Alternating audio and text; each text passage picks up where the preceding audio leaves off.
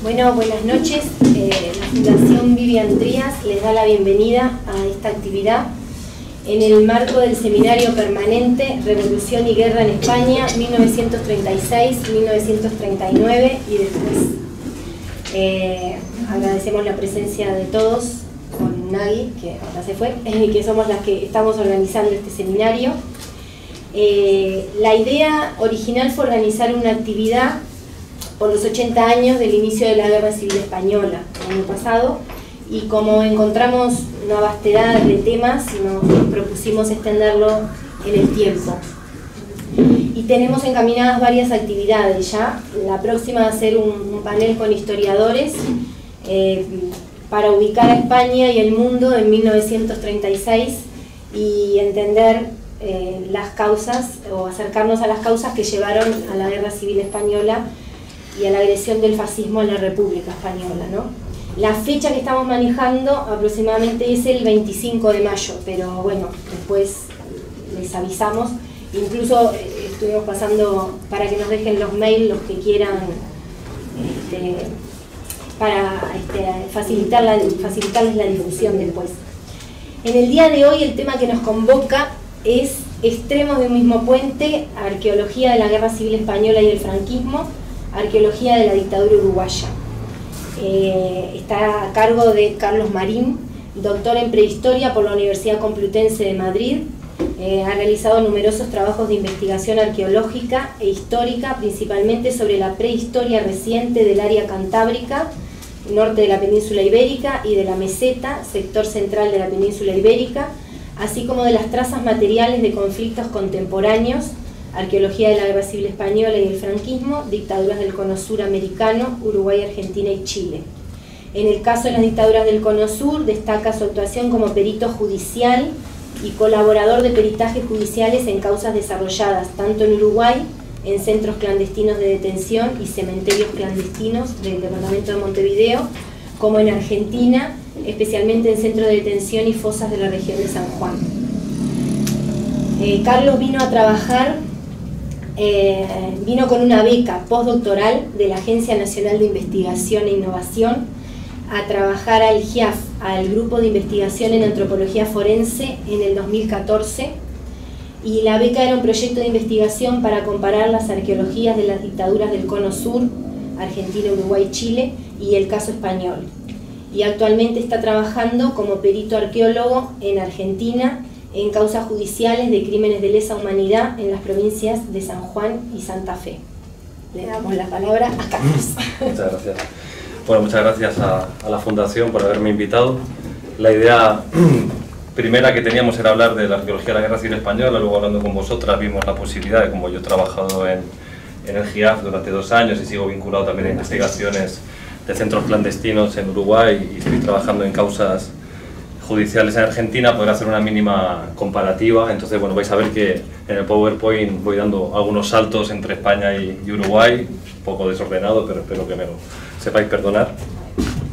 Y no es tanto una charla sobre la guerra civil como sobre la arqueología que se hace en la guerra civil, ¿no? Para entender este nuevo papel que tenemos los arqueólogos, pues que pensamos en arqueología prehistórica y asociamos los arqueólogos, bueno, pues en el caso de Uruguay, excavando cerritos de indios o primeros pobladores, ¿no? Y en el caso español, pues arqueología prehistórica o medieval, ¿no? Y de repente se abre un campo nuevo con estas arqueologías contemporáneas que tienen ciertas particularidades, y es en lo que me iba a adentrar en esta charla.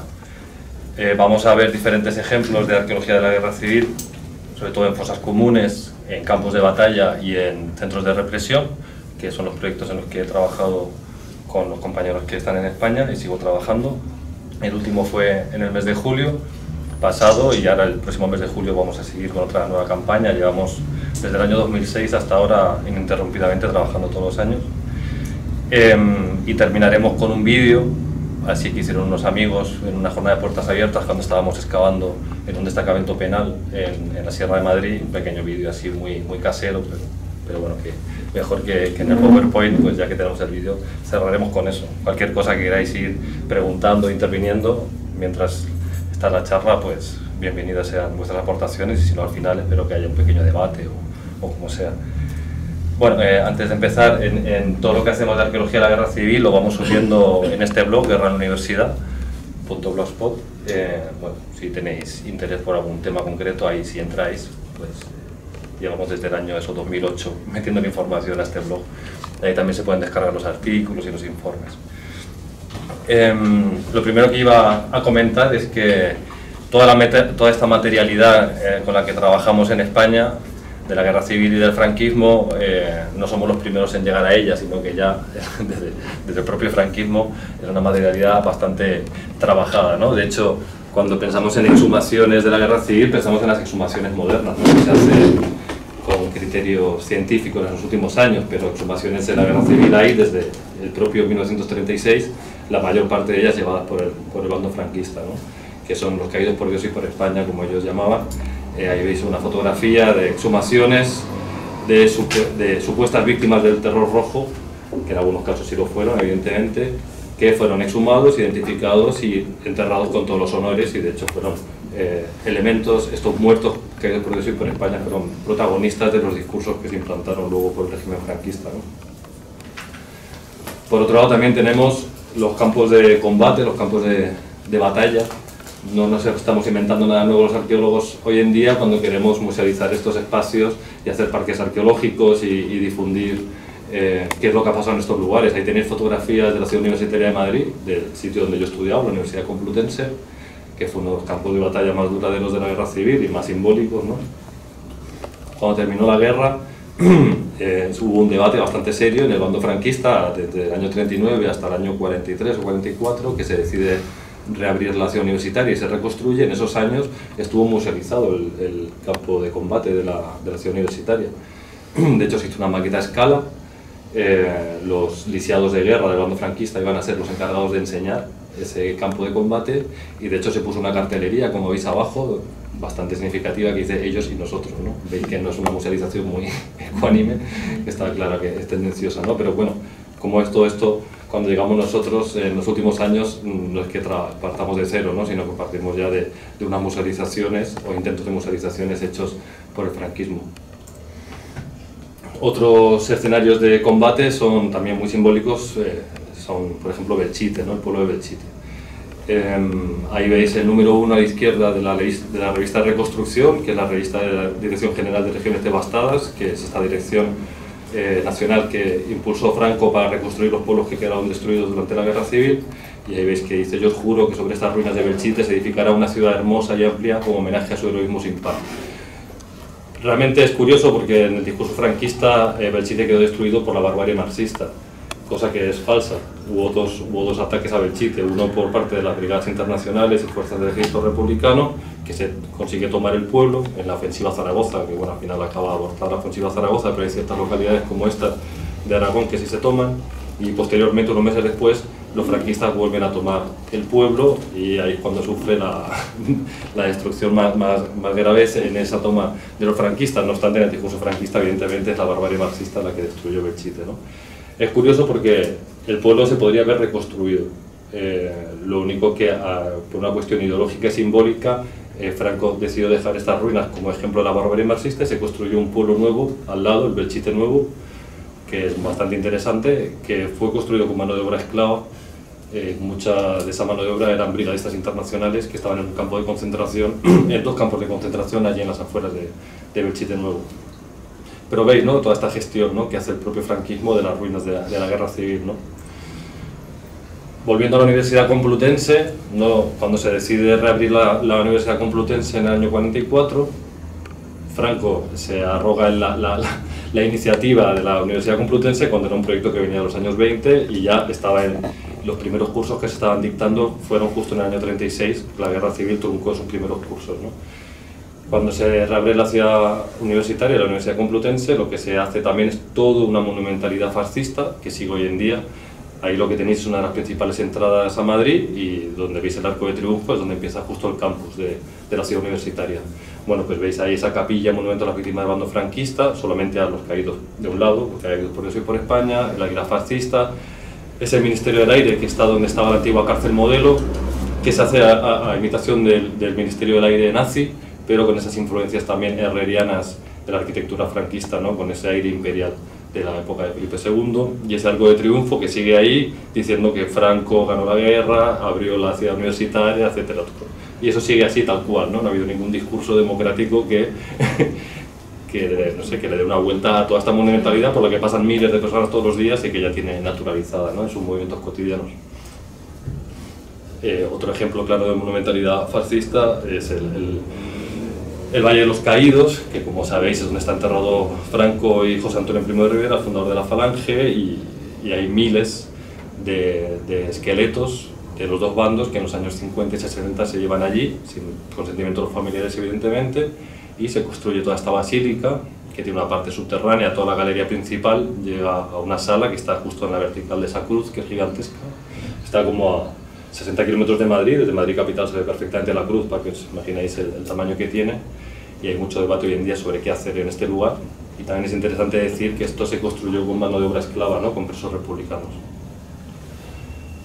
Hay todo tipo de propuestas hoy en día, desde derribar la cruz, dejar la basílica como un lugar de memoria, etc. Pero el caso es que hoy en día siguen siendo los monjes dominicos los que gestionan el lugar, sigue habiendo misas fascistas, y todos los 20N, que es el día que murió Franco y José Antonio, siguen juntándose ahí multitud de fascistas haciendo misas en honor al régimen.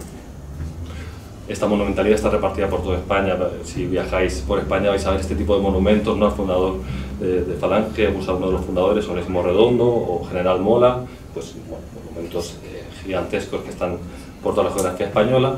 Y sobre todo si os fijáis, cuando vayáis a España en las iglesias es bastante frecuente que veáis estas cruces con el nombre de José Antonio Primo de Rivera, fundador de la Falange, y el listado de los caídos del pueblo, pero una vez más solo de un bando, del bando franquista. Como veis, hay unos caídos de la guerra civil que fueron enterrados con honores y que se ha hecho una memoria sistemática desde el año 36 de ellos, ¿no? Pero los otros, ¿qué pasa con los otros, no?, con los otros caídos?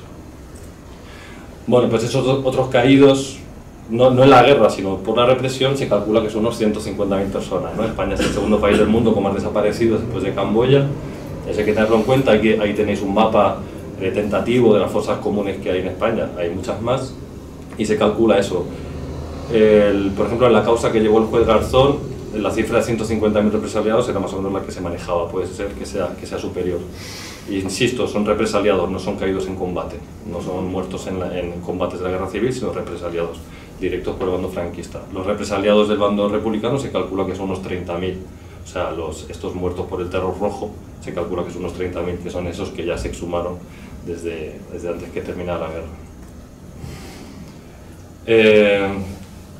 Como os decía, las exhumaciones de estos represaliados del bando franquista, o sea, de estos republicanos, ya comenzaron también antes de que llegara la democracia. Desde los años 50 y 60 tenemos ejemplos en España de familias que van a buscar a sus desaparecidos ellos mismos con picos y palas, organizándose. La foto que tenéis a la izquierda, evidentemente, son exhumaciones sin ningún tipo de protocolo científico. Muchas veces se sacaban los cuerpos mezclados, se llevaban al cementerio y se hacía una fosa en el cementerio mezclando los cuerpos, que bueno, de esa forma le daban, dignificaban, ¿no? Porque, como veis en la exhumación de la derecha arriba, bueno, pues ese es el tipo de enterramientos de la represión, ¿no? Pues con las manos atadas, tiro en la nuca, tirados en cunetas, etc.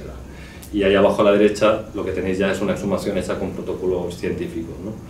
Lo que habría que decir es que estas exhumaciones de los familiares surgen en los años 50, 60 y duran hasta el golpe de Estado del 81.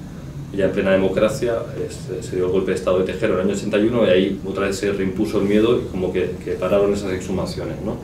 Hay multitud de asociaciones en España de familiares que durante todos esos años de los años 80 y 90 han ido reclamando que se exhumen, y bueno, hasta el año 2000 no empiezan las exhumaciones con protocolos científicos.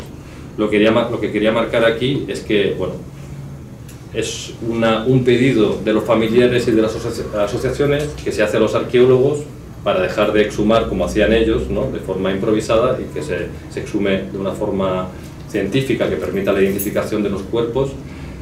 Es un pedido que se hace, digamos, desde las asociaciones a los arqueólogos. Los arqueólogos ahí participan en la mayoría de los casos, como al principio, de forma voluntaria, con un trabajo muy militante, incomprendido por el resto de la academia, que dicen que eso no es arqueología y que eso es una especie de CSI, ¿no?, como han llegado a decirnos.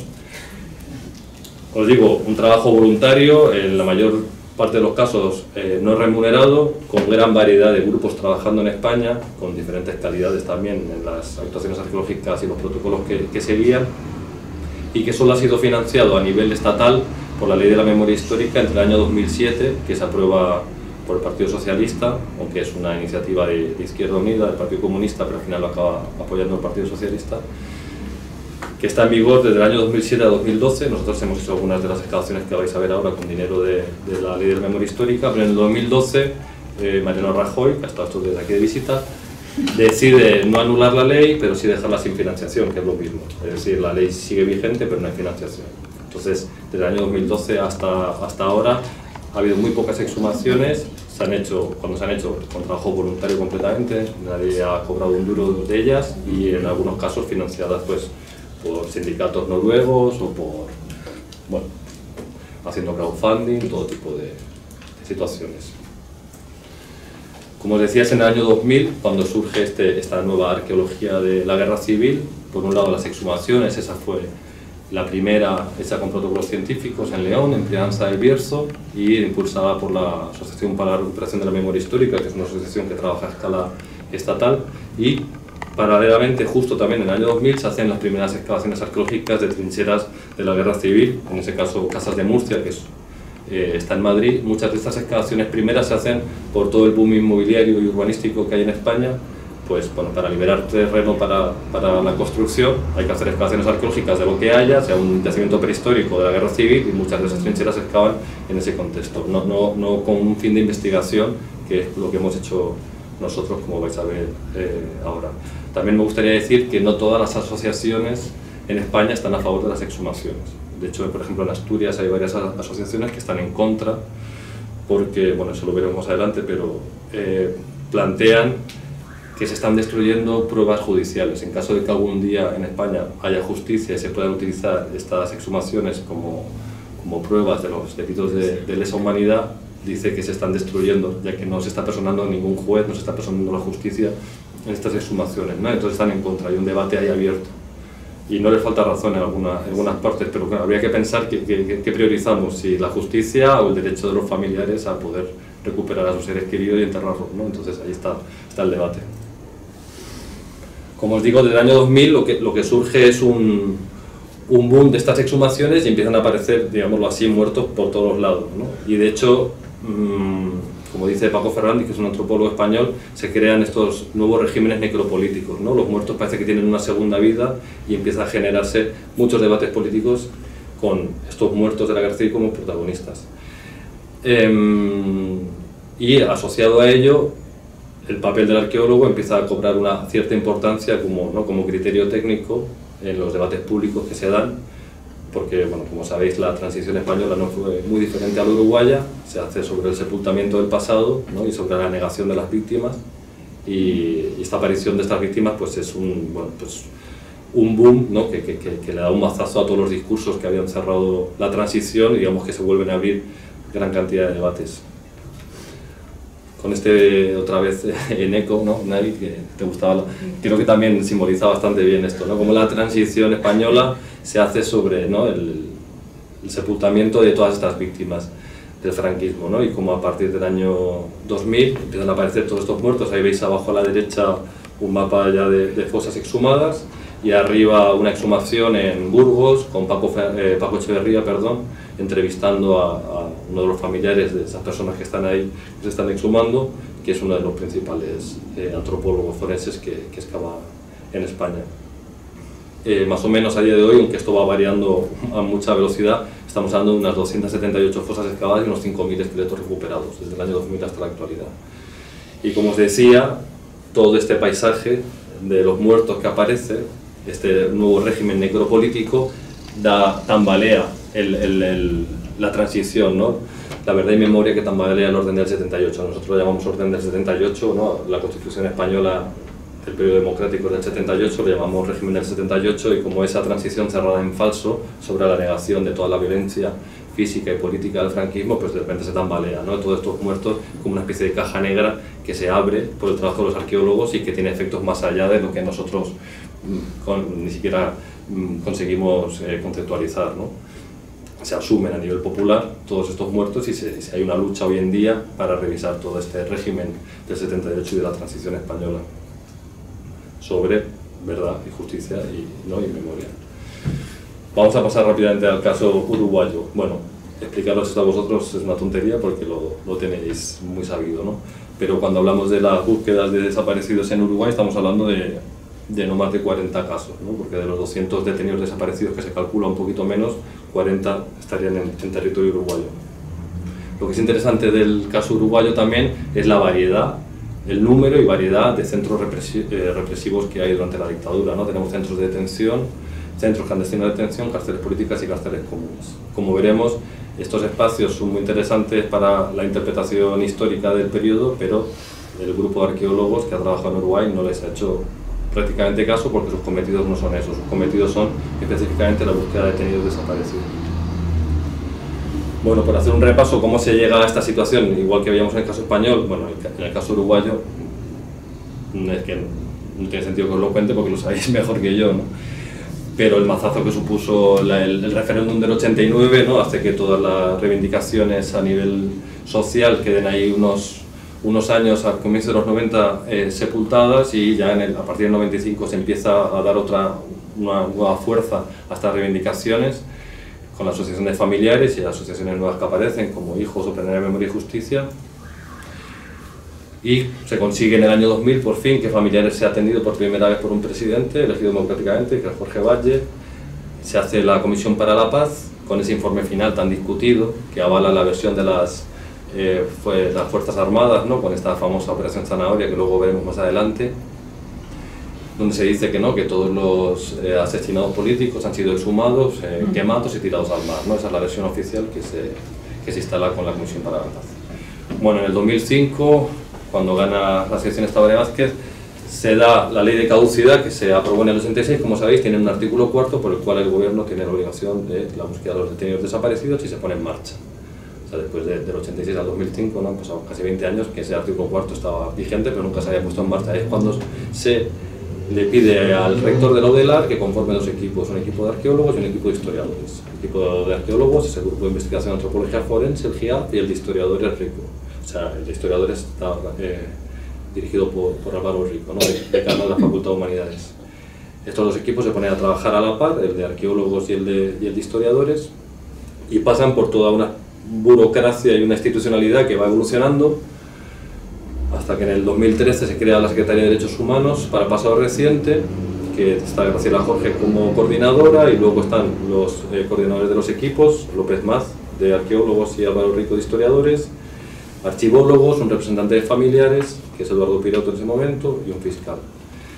Ya es compleja esa institucionalidad, pero en el 2015 se complejiza aún más porque a la Secretaría de Derechos Humanos para el pasado reciente se le suma el Grupo de Trabajo por Verdad y Justicia, que digamos que sería el órgano político que dirigiría la Secretaría de Derechos Humanos, que pasaría a tener un rol técnico, pero en el fondo lo que hay desde 2015 hasta la actualidad son duplicidades, bueno, un desbarajuste bastante grande. Pues yo ya pongo abajo burocratización, funcionamiento esclerotizado y competencias sin aclarar.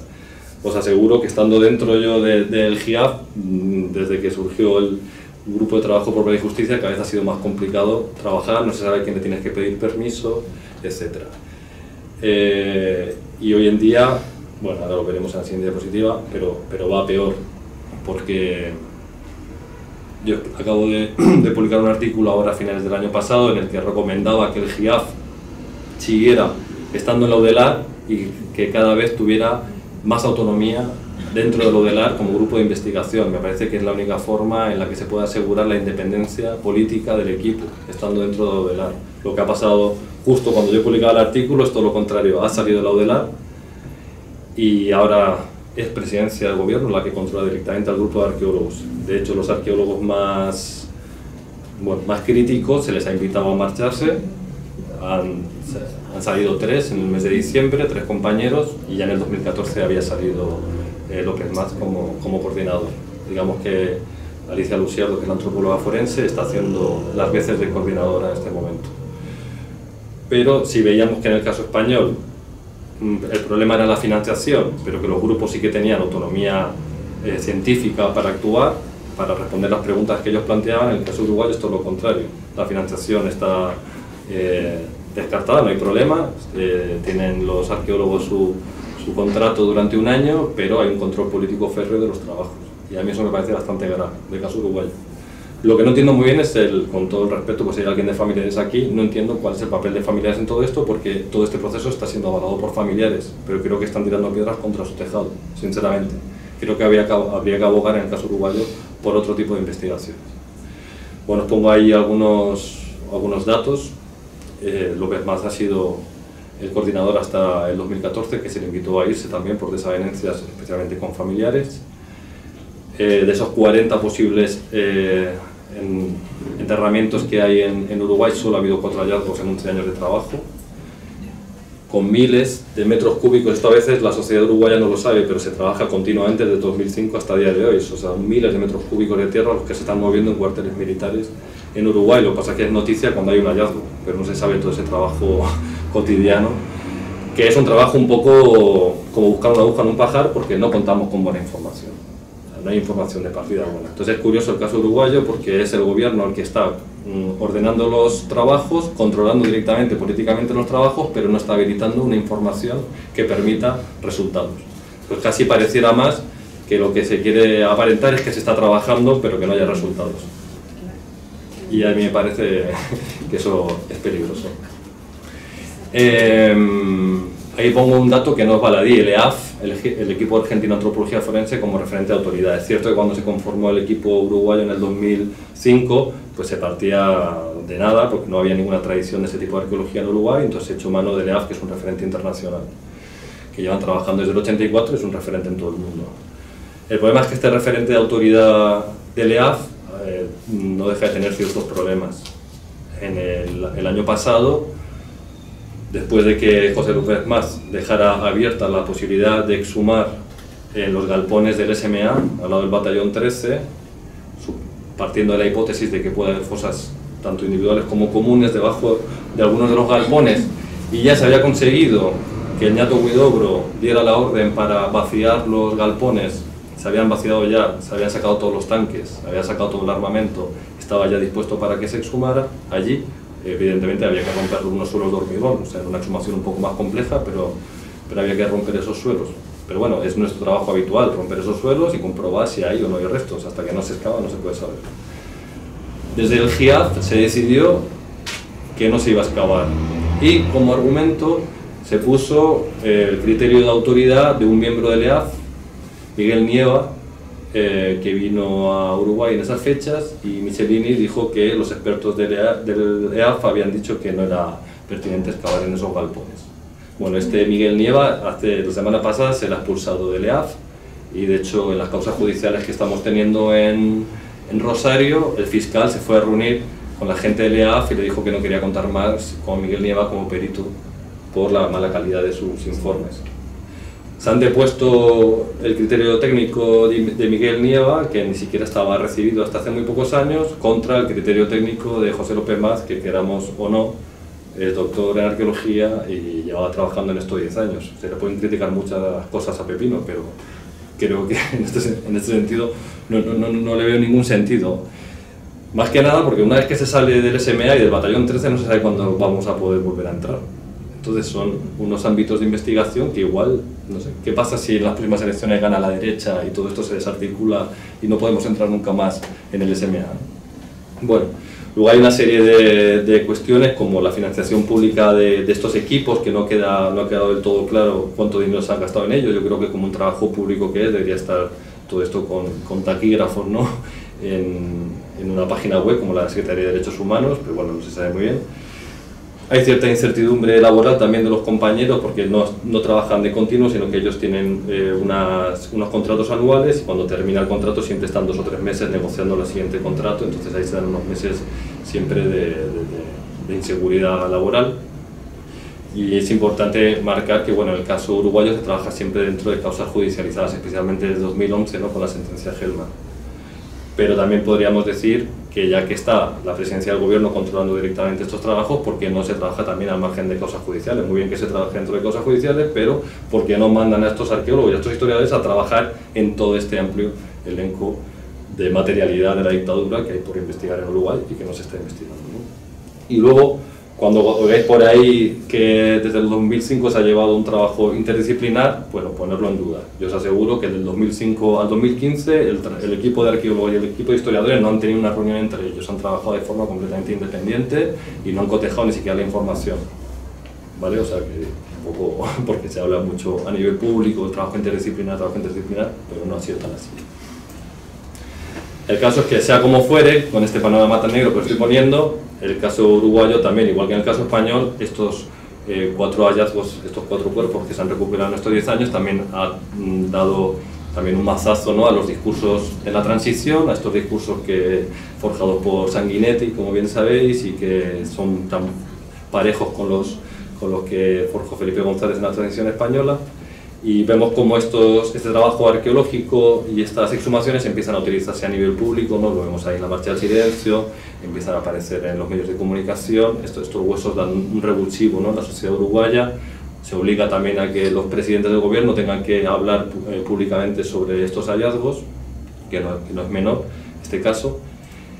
Y también, voy a dedicarle ahí un poquito a esto de la Operación Zanahoria, se dan debates muy enconados en la sociedad uruguaya que yo no termino de comprender, os lo tengo que decir, como es el de la Operación Zanahoria. Básicamente se ha utilizado la Operación Zanahoria porque López Mas defendía la Operación Zanahoria, no es que defienda la Operación Zanahoria, que es el argumento que se instauró en el informe de la Comisión para la Paz en el 2003, sino que al excavar en el batallón 14 se vieron estas marcas, estas huellas de excavadora, las que tenéis a la izquierda son excavadoras y a la derecha como una máquina tipo fresa, que llevan a pensar que antes de la llegada de la democracia los militares quisieron borrar pruebas. Y no sería tan raro, porque en Argentina lo estamos viendo todos los días. O sea, en Argentina estamos trabajando ahora mismo en un contexto de un centro clandestino en el que los militares, no en la dictadura, sino en el año 91, bajo el gobierno de Menem, destruyeron con máquinas excavadoras el centro clandestino y trasladaron 100 cuerpos de un cementerio a otro para borrar pruebas. O sea, es una práctica bastante habitual. Eso no le resta el carácter de crimen de lesa humanidad, sino que le suma, ¿no? Porque no solamente han cometido el crimen, sino que han intentado borrar las huellas.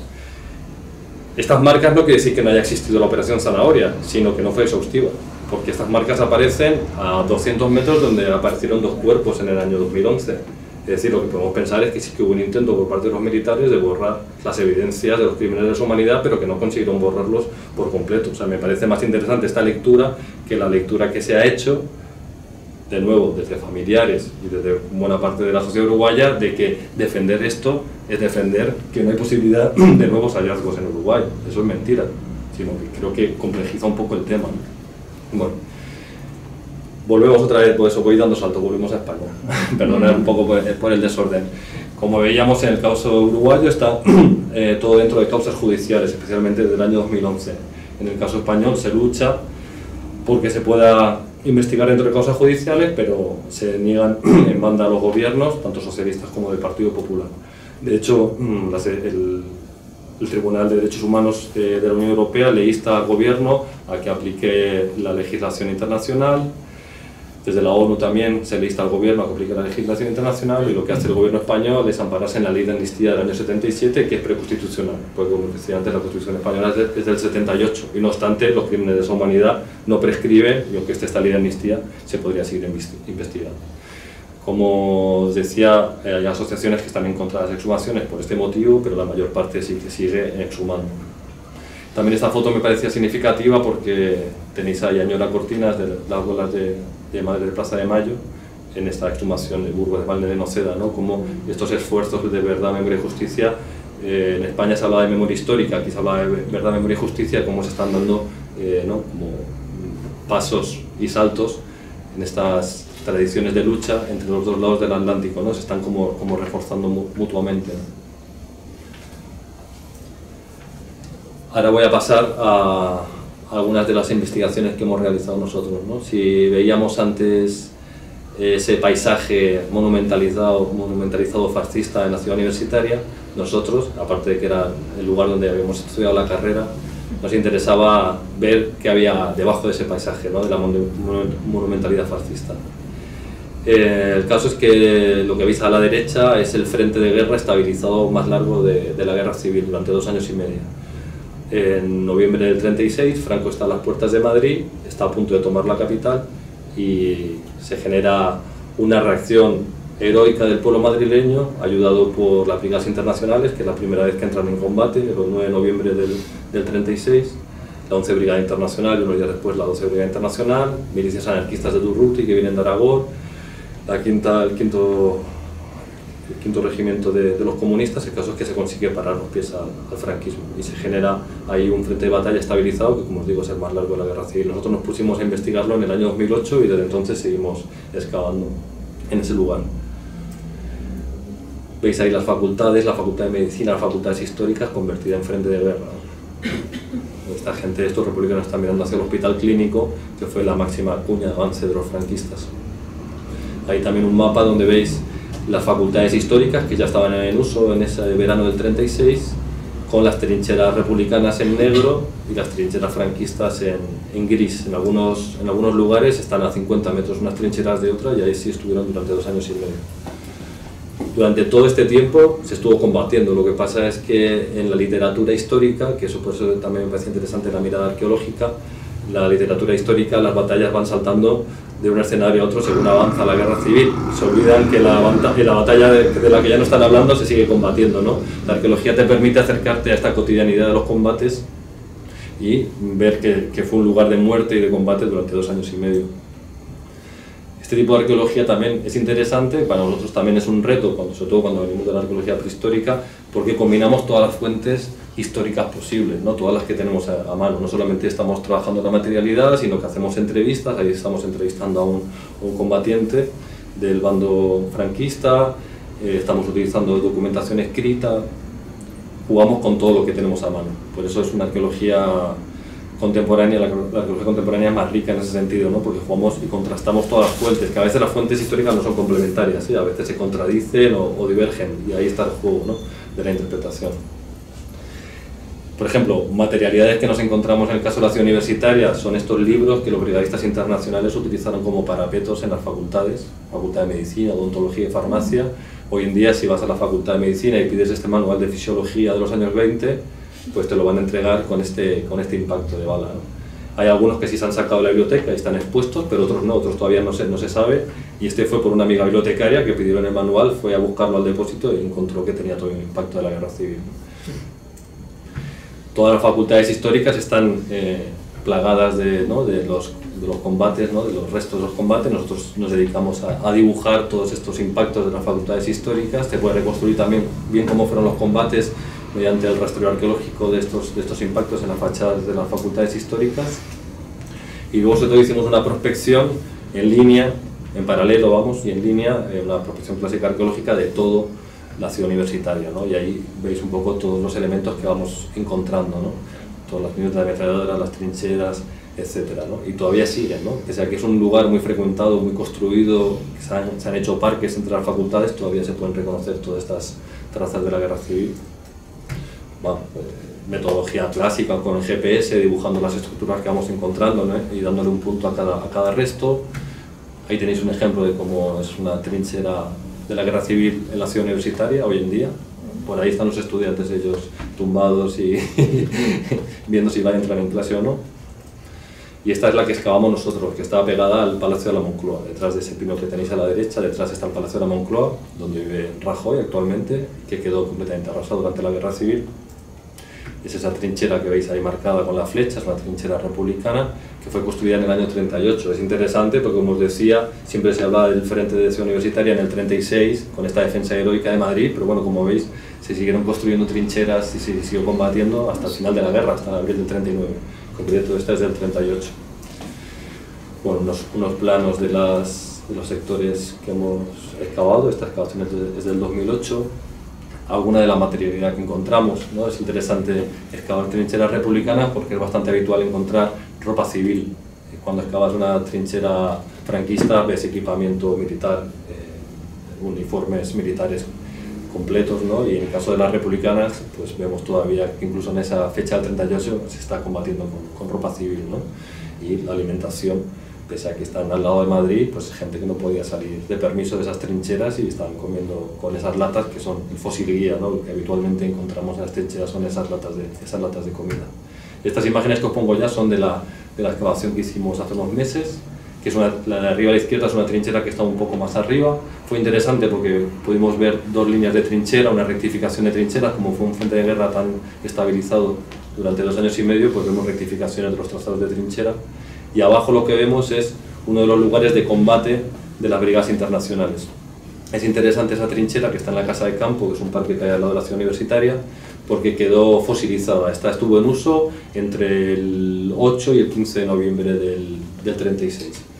Después los franquistas avanzaron y esa trinchera no se utilizó nunca más. Y es interesante porque pese a que es uno de los frentes de guerra